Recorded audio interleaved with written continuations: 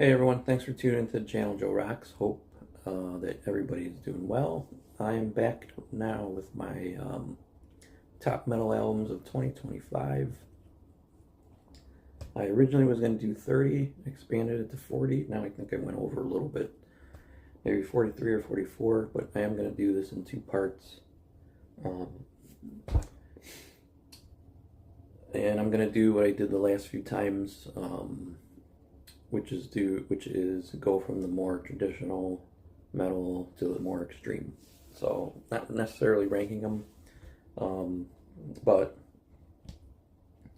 these were my favorites throughout the year. So I am gonna do, and like I said, part two, and then I'm also gonna do a top death metal albums and then a top thrash albums list as well. So which I do have those pretty much compiled and ready to record. So anyway, I'm gonna go through these as fast as possible. This is the first half, more or less, and yeah. So let's kick it off with Witch Hazel, Lamentations, traditional metal from the UK. This is their fifth studio album. I've talked about it a few other videos, how much I love this band, and yes, this is an amazing album. So Witch Hazel, Lamentations. I do have some notes, just so I can make sure I get just simple notes, nothing major in case you see me looking down. But anyway, next up, Mean Mistreater, Do or Die, traditional metal, very heavy metal from the US. It's their second studio album. Their debut, Razor Wire, was really good.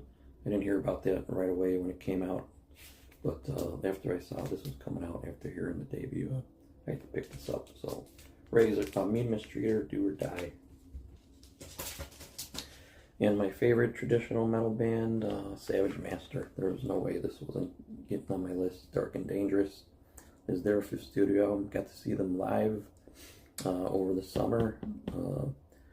With their shtick, with the masks and stuff that they wear. So, but yeah, very cool.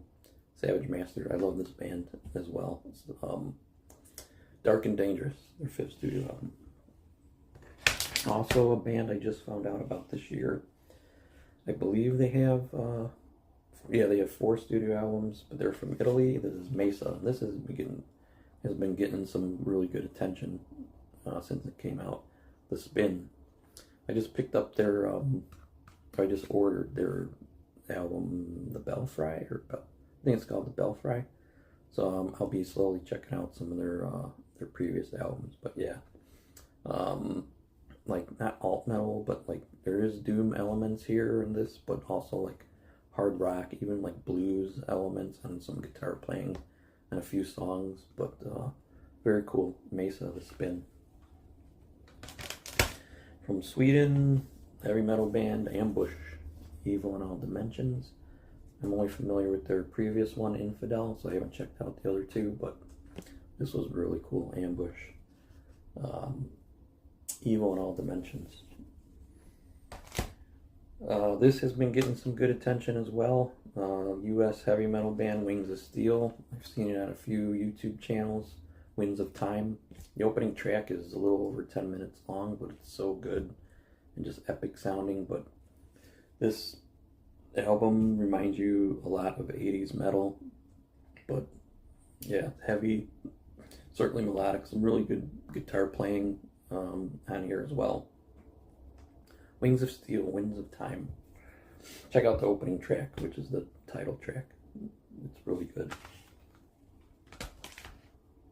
Alright, power metal band from the US, Adamantis, Reforged. I believe Jeff Loomis does guitar work on here. I think it's only on one song though.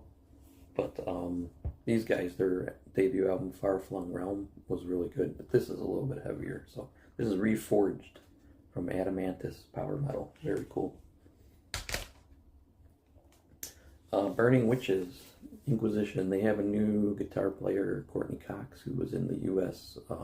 Iron Maiden cover band, the Iron Maidens. You know what? I put them in here because I feel like the addition of Courtney Cox has kind of elevated the guitar playing on this album. her and Romana together, the other guitar player, just are really good together. So, and they're a band that doesn't really disappoint me. You know, they don't have to reinvent the wheel. They just put out really good albums, you know, at least in my opinion. So, Burning Witches, Inquisition. All right, this is an instrumental band, Pelican, Flickering Resonance. This is their 7th studio album. I know a couple of their previous albums, and I'm not the hugest fan of instrumental bands, but last year's God as an Astronaut I thought was really good. So, and I do like this band, a few albums that I've heard, so they're kind of alt post-metal, but yeah, very good, worth checking out if you've never heard of them. Pelican, Flickering Resonance. Melodic doom band, Castle Rat. This has been getting some good attention as well. Bestiary, this is their 2nd studio album. Fantasy kind of lyrics. Some nice Middle Eastern elements on a few of these songs. I feel like they've experimented a little bit more with some of the tracks, and especially like the kind of instrumental interludes they have on here. There's like 2 or 3 of them, but they really fit well on the album. So, Castle Rat, Bestiary. Could not include these guys. Legendary, Stoner Doom, Pentagram, Lightning in a Bottle. Amazing album. I still have not heard their very early couple albums, so, but yeah, I've always been a fan of this band since I first heard them, like in the early 2000s. So, Pentagram, Lightning in a Bottle. Stoner Doom also, their 3rd studio album just came out in November. Stone Nomads, Empires of Stone. If you have never heard of these guys, check out their 2 previous, Fields of Doom and At the Gates of Solitude. They're just as good as this. A little bit of psychedelic guitar playing on here as well, but it all works together well. Heavy, Stoner Doom, Stone Nomads, Empires of Stone. Sludge Doom, Feytooth, Labyrinthine. This is their 2nd studio album from the US. I haven't heard their whole debut album. I've heard some songs off of it, and then I saw this was coming out, so I decided to pick this up. This is slower, slower doom, but still some melodic elements to it. Very cool, clean and harsh vocals, but yeah, very cool. Feytooth, Labyrinthine. I knew this was going to be in my top albums. Lacuna Coil, Sleepless Empire. Goth metal from Italy. This is their 10th studio album. And like I said before, the first album I ever heard from them was Dark Adrenaline, and I've pretty much followed them ever since. So I did pick up one of their previous releases to Dark Adrenaline. I showed it in a haul video, so I will be checking out some of their earlier stuff. But yeah, Lacuna Coil, Sleepless Empire. Yeah, I listened to this, even though this came out in February. It's still something I listen to quite a bit. So, all right, Goth Doom from the U.S., not Death Doom, which is Gothic Doom. Frail, Heretics and Lullabies. I love the vocals on here. Their version of Summertime Sadness from Lana Del Rey is so heavy. The whole album is so heavy, but very cool elements of melody as well. But yeah, very cool. Check out the song Boo. It's called Boo, or Walking Wounded, which I believe there's a video for. But yeah, awesome. There's the 3rd studio album as well. Frail, Heretics and Lullabies.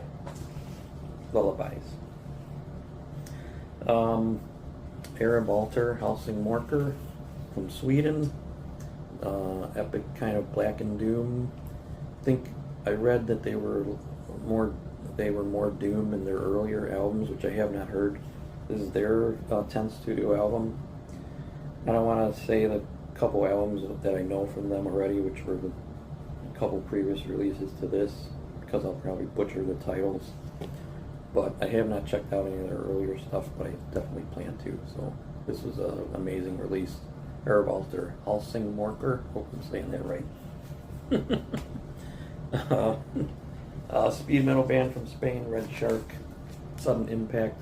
It's really fun listen.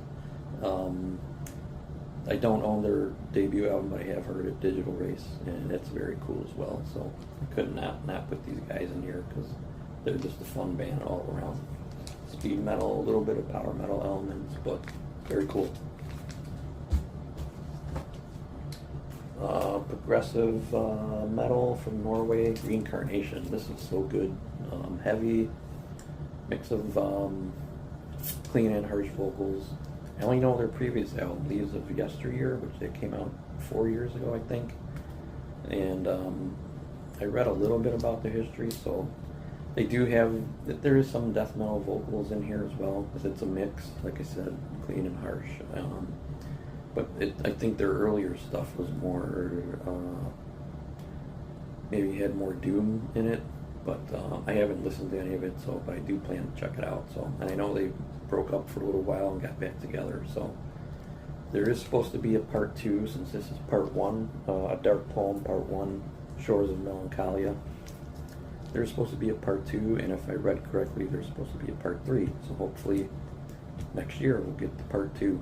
But Reincarnation, I love this album. A dark poem, The Shores of Melancholia. Rivers of Nile, self-titled, progressive technical death metal. This is their fifth studio album from the U.S. I'm only familiar with the previous 2, The Work. I did hear some reviewers say that they thought The Work was a little better than this one, but they do have a new, well, not new to the band, but a new vocalist who was their bass player, Andy Biggs.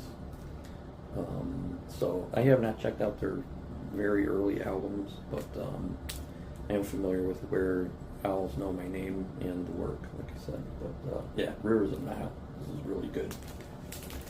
Really technical too, and melodic. Very cool melodies in there.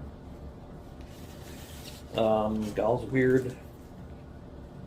Braiding the Stories, like black metal mixed with heavy metal. Their debut album is the second studio album, the debut album. Gastier Ghost Stories, I think it was called. I have to go back. I have the album, but that was along the lines of kind of more traditional black metal, melodic black metal.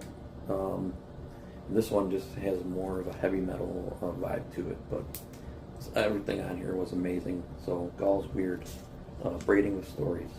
If you haven't checked them out, and it's Gall from what was the band he was in?